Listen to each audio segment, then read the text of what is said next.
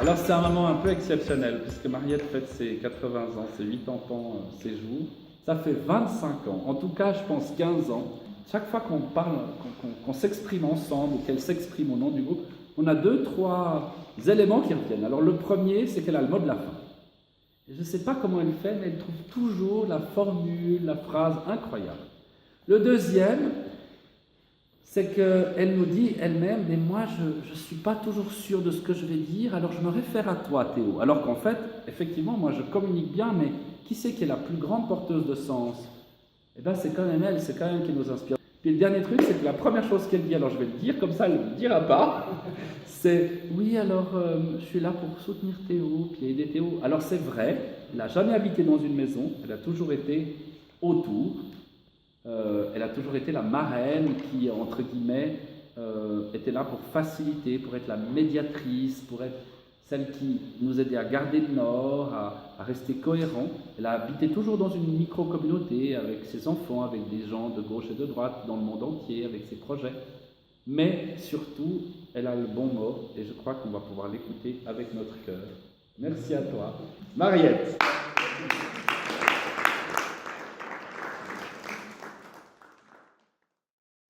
Théo m'a dit, tu veux une feuille de papier pour un peu noter ce que tu vas dire?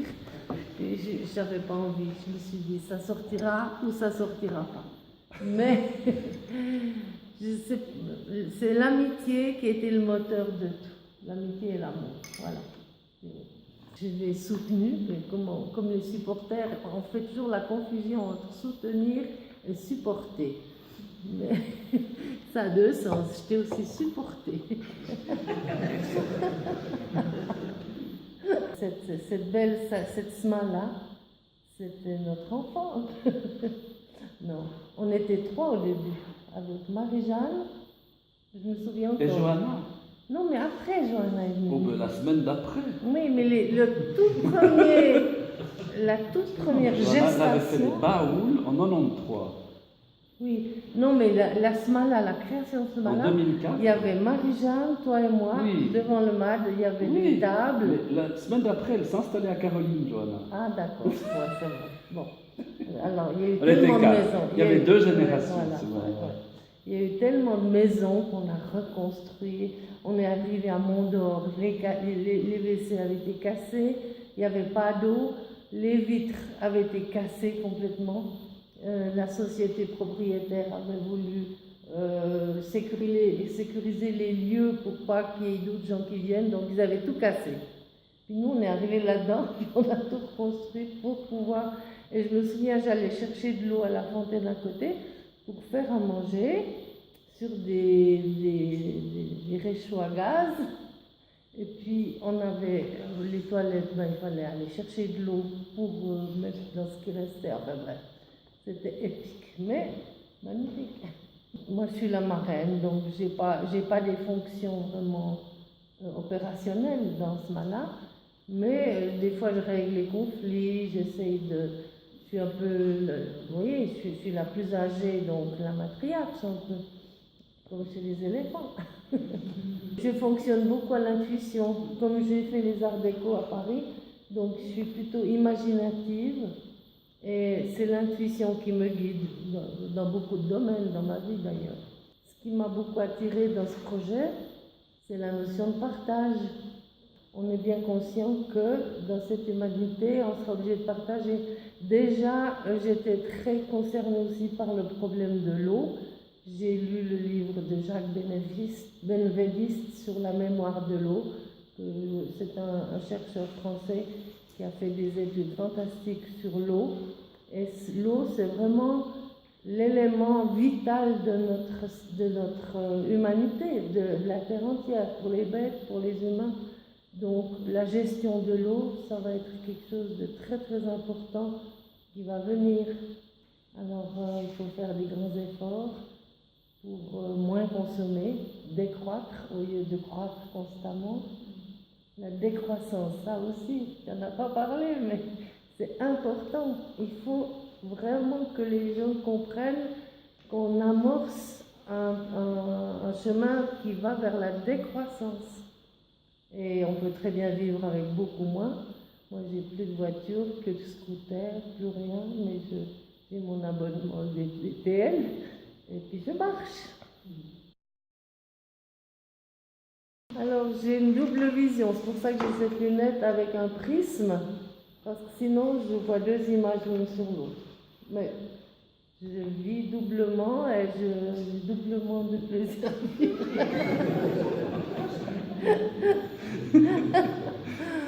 Voilà, c'est le mot de la fin. Merci Mariette.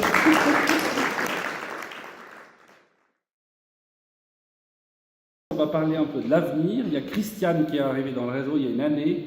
Et au même titre que Mariette, qui a aussi une vie art déco, création de la plus grande discothèque à l'époque, centre alternatif de notre région,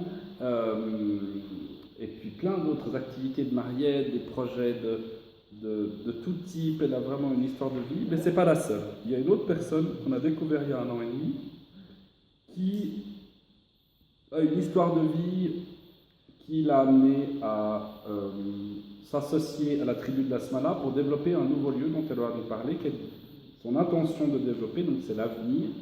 Un lieu plus grand, parce que c'est vrai qu'il y a une histoire de masse critique. Lorsqu'on peut tout à coup avoir 50, 100, 150 personnes, c'est plus facile. Par exemple, on a eu une personne il y a 5 ans qui est venue qui m'a dit « Moi, je suis Tony des chocolats Tony ». Elle a dit « Ah, tiens, les chocolats Tony ». On a discuté avec lui, puis on s'est rendu compte que ce serait intéressant de reprendre son entreprise et puis d'être ceux qui produisons les chocolats. Alors quand on a tout à coup 50, 100, 150 personnes, on peut avoir une petite activité de production qui devient vraiment une génération de revenus pour des personnes qui ne sont pas nécessairement des spécialistes de, par exemple, logiciels libres ou organisation des conférences sur l'innovation internationale, etc. Mais simplement des gens qui viennent et puis qui, au quotidien, à temps partiel, génèrent un revenu. Mais pour ça, il faut avoir un lieu qui soit assez grand, on puisse avoir en même temps une petite école, une petite usine, pas une usine au sens mais au sens on va produire quelque chose ensemble. L'idée, c'est d'aller jusque-là.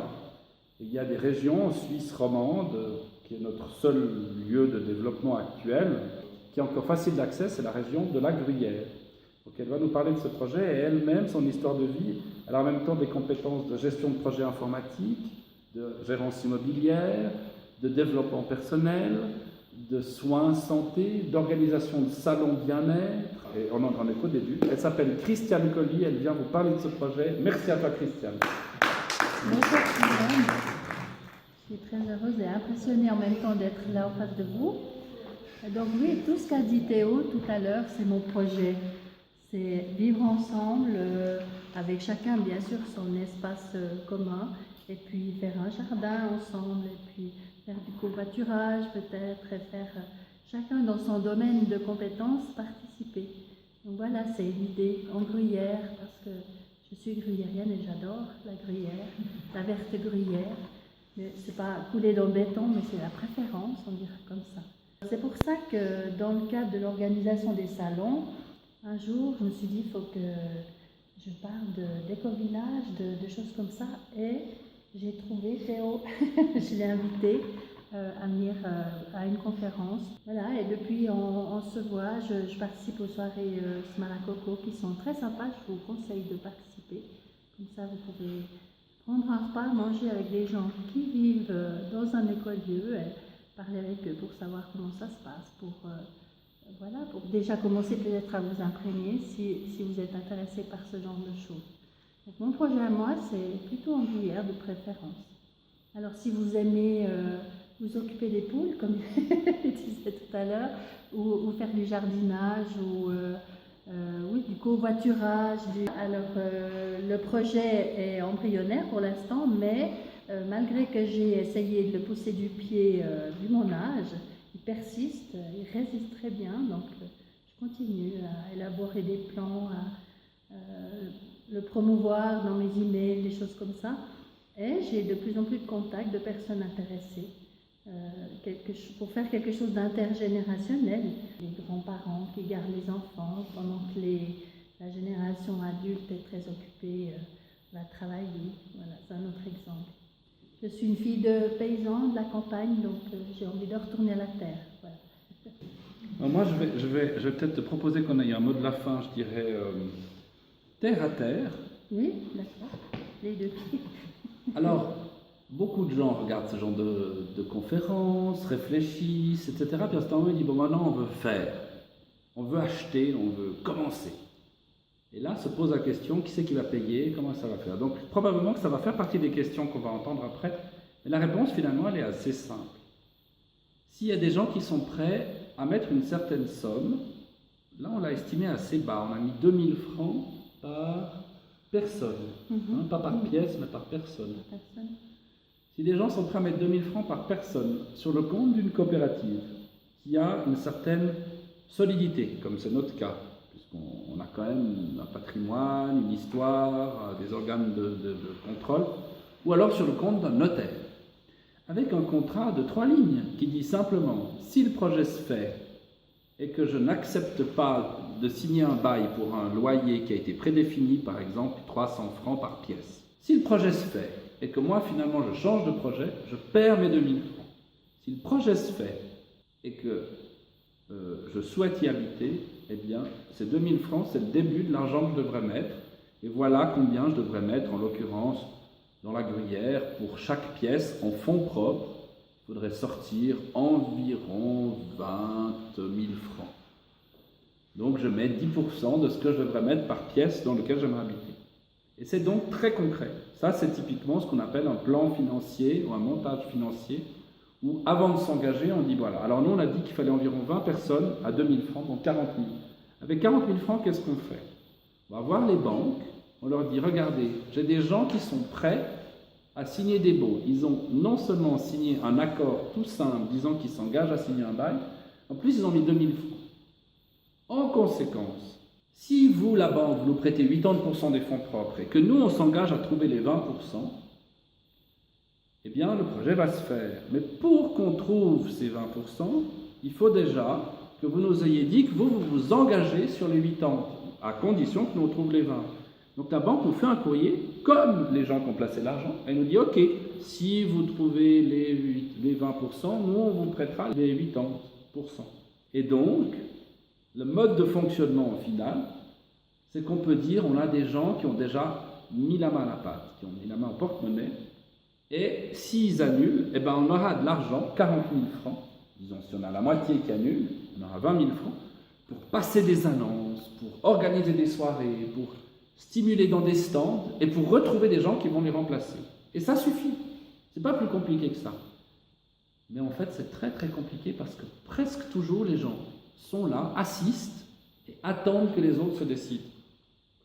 Même 2000 francs, en ayant la garantie que si le projet ne se fait pas, les gens vont récupérer l'argent, eh ben les gens ne sont pas prêts à le mettre. Parce qu'ils se disent, moi, j'ai pas confiance en moi. C'est pas en les autres qu'ils n'ont pas confiance. Ils disent au final, si moi je change de projet, si moi je tombe amoureux de quelqu'un qui n'est pas en gruyère, puis que c'est plus important cet amour que mon lieu, j'ai pas envie de perdre cet argent. Ce à quoi on leur répond, vous n'allez pas le perdre. Il vous suffit de retrousser vos manches, de venir tenir des stands avec nous et de trouver quelqu'un qui vous remplace. Et de nouveau, ils ont peur. Ouais, mais je ne suis pas sûr de réussir, mais je ne connais pas. Donc au final, les projets d'éco-village, pourquoi est-ce qu'ils ne se font pas? Pour ce que je viens de vous dire. On attend tous que l'autre se décide. Et ben moi, je me suis décidé tout seul, j'ai mis tout l'argent, j'ai acheté les 40 parts ou les 20 parts. Donc j'ai économisé, j'ai mis tout, j'ai pris tous les risques. Puis lentement, les gens sont venus. Et Mariette, elle a pris des petits risques avec moi. Il y a une ou deux autres personnes qui ont pris des petits risques. Et seulement après, quand on avait signé le terrain, etc., il y a tout à coup des gens qui sont venus. Mais au fond, ça a été très difficile parce que les gens, en premier lieu, ils attendaient que l'autre se décide. Donc, soyez courageux, mais réalistes. 90% de confiance, 10% de contrôle. Demandez-nous les documents, vérifiez, faites-nous une séance avec un copain, vous, avocat, notaire, qui pourra témoigner. Renseignez-vous, téléphonez à l'association romande des maîtres d'ouvrage d'utilité publique, alias des coopératives et fondations qui construisent des maisons à prix abordable, et vérifiez si ce qu'on vous dit est vrai, plutôt que d'avoir peur. Sortez de la peur de l'inconnu, rentrez dans le connu. Et c'est ça le thème de ces conférences.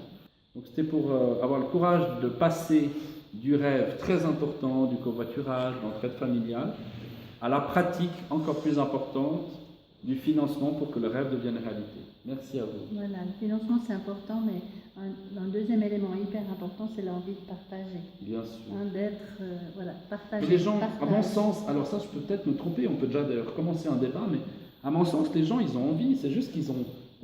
Alors, ils n'ont pas nécessairement peur, tout court, mais ils ont peur de ce qu'ils ne connaissent pas, C'est et on n'est l'inconnu. pas éduqué à la finance durable, on n'est pas éduqué à la finance coopérative, on n'est pas éduqué au montage financier éthique, donc en fait, on ne sait pas. On laisse les autres faire ça, c'est une espèce de grosse boîte noire au loin, c'est Wall Street. Ben non, c'est pas Wall Street, c'est nous ici.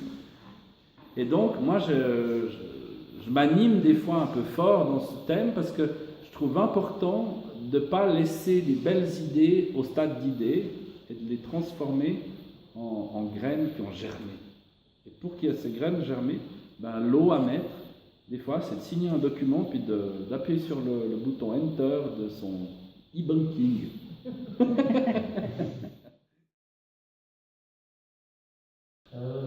je suis intéressé par l'habitat participatif, qui est quelque chose que je peux imaginer dans quelques années en tout cas. L'habitat participatif. Voilà. Et puis, ce que je me demande, c'est quel lien, disons, là, ce que j'ai vu dernièrement, en tout cas dans des exemples en France, il y a au niveau des villages, des communes qui prennent en main un petit peu cette coopération, où même au niveau politique, c'est plus la commune qui dirige, mais c'est les habitants qui dirigent. Il y a vraiment un mouvement comme ça qui me donne beaucoup de joie. Je me demande, est-ce que ici vous avez vu ça en Suisse, et quelle relation vous avez avec les communes et comment sont vus ces projets par les communes? Quel soutien les communes apportent un peu sur ce lien avec la politique locale? Le lien avec la politique locale, c'est une question importante. Les communes dans lesquelles les citoyens prennent plus part active, c'est une question importante, et j'y répondrai sous 3 angles. Le premier, c'est que plus on est dans la merde, plus on est dans une situation financière, économique, sociale, humaine difficile, plus on se remet en question et plus on est prêt à changer nos pratiques. Donc en Suisse, on est dans une telle opulence qu'il y a une faible remise en question. Mais inversement, plus on est dans un endroit de savoir-faire, plus il y a une culture et on cultive l'évolutivité, on cultive le vivre ensemble. Et étonnamment, on est en Suisse dans un des endroits où il y a le plus d'associations, d'entraide, de partage et par exemple, d'union citoyenne. On n'est pas dans un pays où on élit des maires plénipotentiaires, comme en France, on est dans un pays où les élus se cooptent, s'entendent, sont plusieurs, doivent tout le temps s'entendre. Donc en fait, on est déjà dans une grande culture du consensus, mais dans une culture de consensus où on avance lentement, on avance profondément mais lentement. Voilà mon analyse.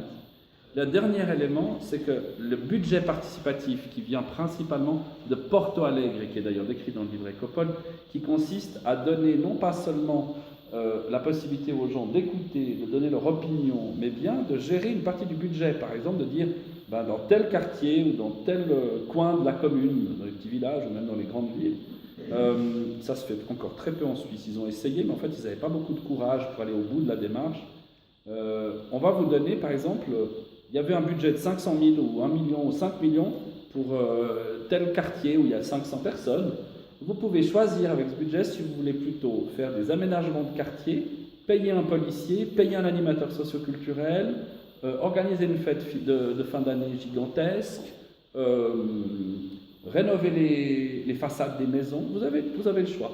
Qu'est-ce que vous voulez faire? Un peu de tout, etc. C'est d'ailleurs une très bonne expérience que faisait Chavez, dont je ne suis pas un grand fan total, mais je trouve qu'il a fait des choses magnifiques à certains égards, au Venezuela, puisqu'il contraignait les gens, pour bénéficier du budget, de démontrer qu'ils étaient réunis à au moins 50, au moins 5 fois. Ça, c'était intelligent, parce qu'il fallait que les gens devaient démontrer qu'ils avaient vraiment amorcé un processus de consensus.